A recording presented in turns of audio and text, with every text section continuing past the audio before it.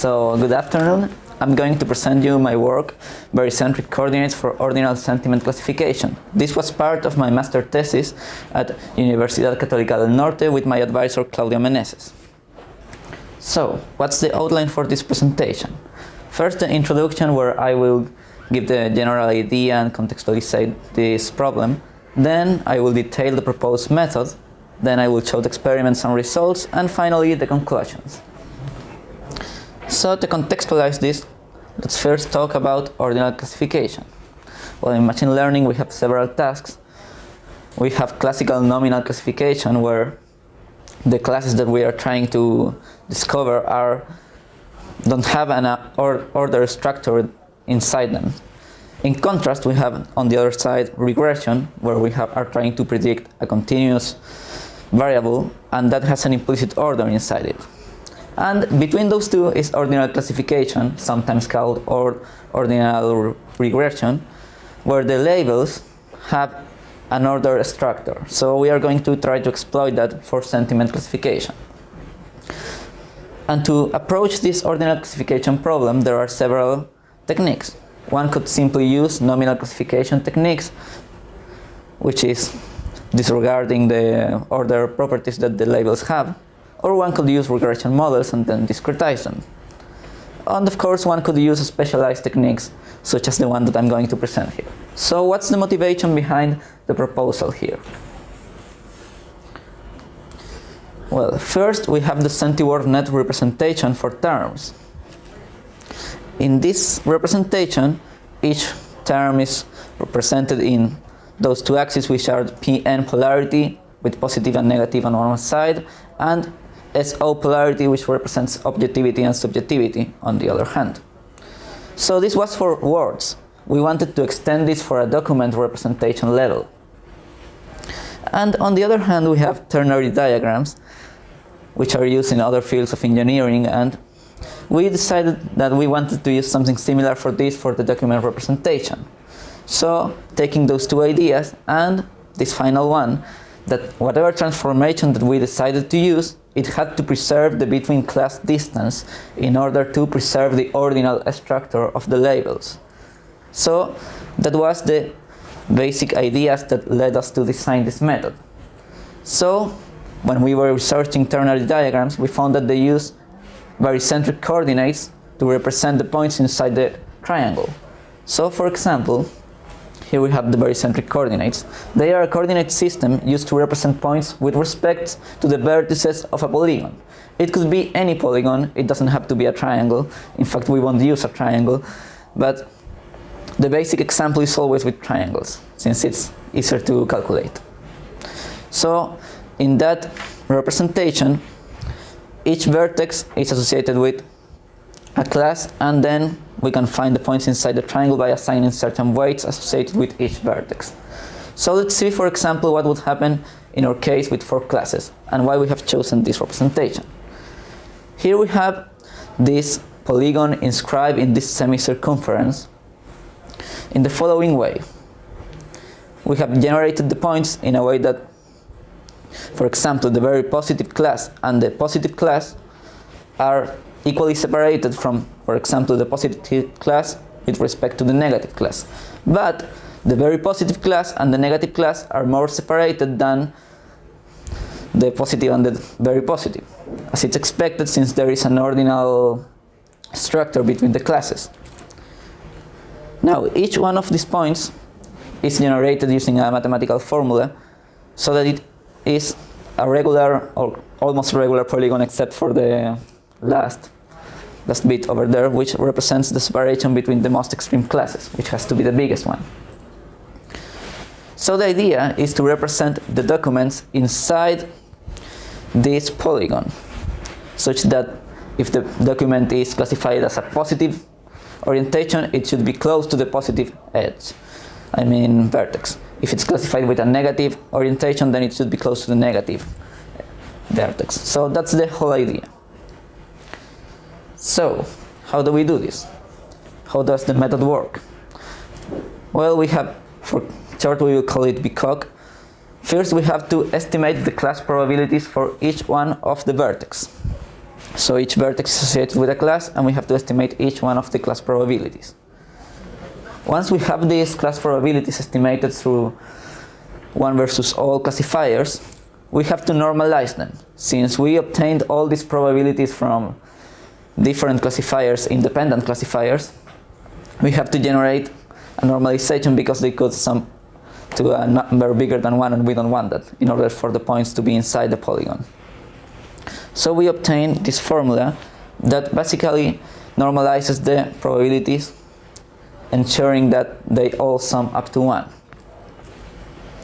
Then once we have the normalized probabilities, we have to obtain the BCOC representation. To do that, we need the vertices that I mentioned earlier, and to generate those vertices in Cartesian coordinates, we have this formula, which simply separates the semicircumference in equally spaced triangles depending on the number of classes. So if we use this for n equal 4, we obtain the representation that we had before. So having those two elements in place, the normalized probabilities and the vertex, then we can obtain the final representation, which is used to classify the instance. So how do we obtain this final representation? We simply take the linear combination of the vertices and the normalized probabilities. So we obtain something like this. And this final vector is fed into a final classifier, which is the one that gives us the final result. So how does this look when we use it on a data set? Well, here's the geometric visualization that we obtain on panel list data set, the review movie data set that probably everyone knows here. So we have this visualization here. We see that the positive class clusters to one of the extremes of the triangle, the negative class clusters to the other side, and of course the neutral is more evenly separated on the top. In the case of 4 classes, we see a similar phenomena, but in the case of the positive and negative classes, which are closer to neutral, it's harder to distinguish between them. But they still cluster around those points, as expected from the diagram that I showed earlier. So that's what we are trying to build with this classifier. We are trying to represent the documents in this space constrained to this polygon, where each vertex represents one of the classes. So in order to test this, we have some what we call the BCOC architectures.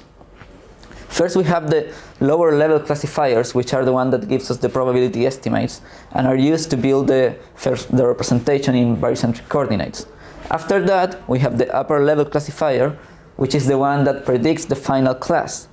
And in order to test this method, we evaluated 2 architectures. We use naive Bayes in both the lower level and the upper level, and we use support vector machines in both the lower level and the upper level. So, where did we test this? The datasets that we used for testing were the following. We used a synthetic ordinal dataset from Sanchez-Monedero et al. We used real ordinal datasets from those places, and we use 4 datasets that are detailed there. We use Pang and Lee's sentiment analysis dataset, which is composes movie reviews. And then we use Blitzer et al. Multi-domain sentiment analysis dataset. Specifically, we took just only 3 domains for simplicity. And then we have this mysterious paper reviews dataset, which I'm going to talk about after the break, so I'm not going to spoil too much about it. So, what were the results in the case of the synthetic dataset? Well, this was our first test, since if we couldn't beat the synthetic dataset, then we had no hope for the other datasets. So, this synthetic dataset is nonlinear and has this spiral structure that we took from Sanchez-Monedero, and we obtained the following results using tenfold cross-validation. We use naive Bayes and support vector machines as our baseline, and the corresponding BCOC methods for comparison.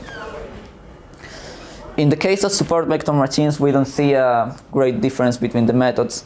However, in the case of Bayes, we see this great improvement that motivated us to keep looking forward to this method and see what else it could do, since we had this big jump from 67% to 90%.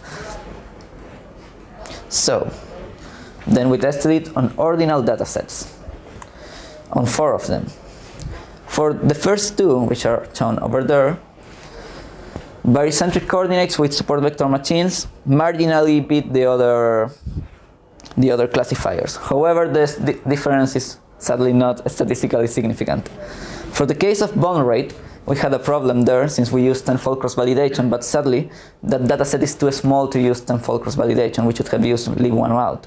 So that's the problem with the variance there. We cannot really draw conclusions from that one. And in the case of wine quality red, sadly, for regular support vector machines beat our method, well, marginally, but still. Now, this is for ordinal datasets. We obtained competitive results. We expected it to be better, but since we weren't using this hypothesis we had for sentiment analysis that we extracted from SentiWordNet, we didn't expect it to really do well on ordinal datasets. We wanted to test it on sentiment analysis datasets. So in this case, for Pang and Lee, we have the following results. In the case of 3 classes, we obtained that support vector machines were slightly better. But in the case of 4 classes, we obtained that our method was marginally superior to the other ones. So it seems that as we add more classes, maybe it could be better. And in the case of the multi-domain dataset, we have that for apparel, we finally obtained some statistically significant difference in this case. That if one calculates the p-value, it does indeed give a low value. And we obtained a significant difference for the first domain. In the case of automotive, sadly, it was not significant in terms of a statistically significant difference. And in the last one, we had a problem. Well, we obtained a significant difference in the case of naive Bayes. For support vector machines, we couldn't test the barycentric coordinates method because it was too computationally expensive due to all the classifiers that we had to train, since we had to do this all 10 times and we didn't have the computational resources to do this, and this dataset was slightly bigger than the other ones. So we had that problem, and I'm going to address that in a few moments. And then we tested this on the paper reviews dataset, which I'm going to talk about after the break, but in general this dataset has 2 labels that we can predict, which is orientation and evaluation. We tested it on binary orientation and evaluation just to see what the effect was. We expected no difference there, since for binary classification the order structure of the classes has no effect. So as expected, there was no significant difference between any of the methods. Now, in the case of ternary orientation and ternary evaluation, we saw some marginal improvements with respect to the baseline that we have with support vector machines and naive Bayes. Now, these were the main experiments that we did. We also tested some other things, such as the following. For example, since we use a 1 versus all strategy to train the lower level classifiers, we decided to try a 1 versus 1 strategy to train the lower level classifiers. And in this case, we found that there was no significant difference. So we decided to leave the 1 versus all technique, since it allows us to use more data to train the classifiers. So well, that's the experiments that we did. Now, we find that the results, while we only found 1 statistically significant result, they are in general slightly promising, since there are marginal improvements, and perhaps with more experimentation and more parameter tuning and exploration of different architectures, we could find better results.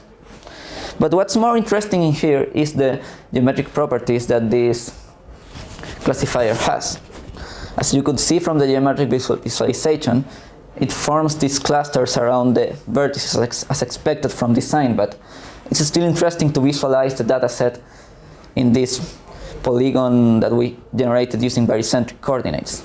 And lastly, we have the problem of computational cost, that since we have to train all these classifiers, and then we have to do this tenfold because we wanted to validate it strictly, this caused certain problems with computational cost, and in fact one of the datasets we couldn't test it fully, completely.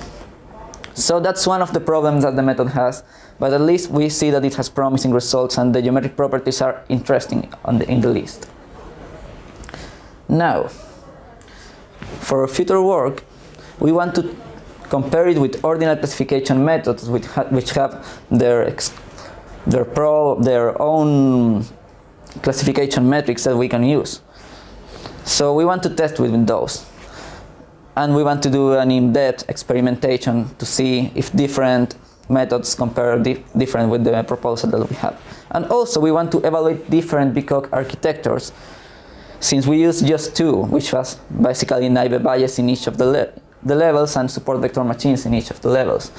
So we want to test different architectures and hope that by combining different kinds of classifiers using this barycentric coordinates representation, we could obtain an improvement in the results. So, well, that's the main part of my presentation. Now, thank you. Question, please.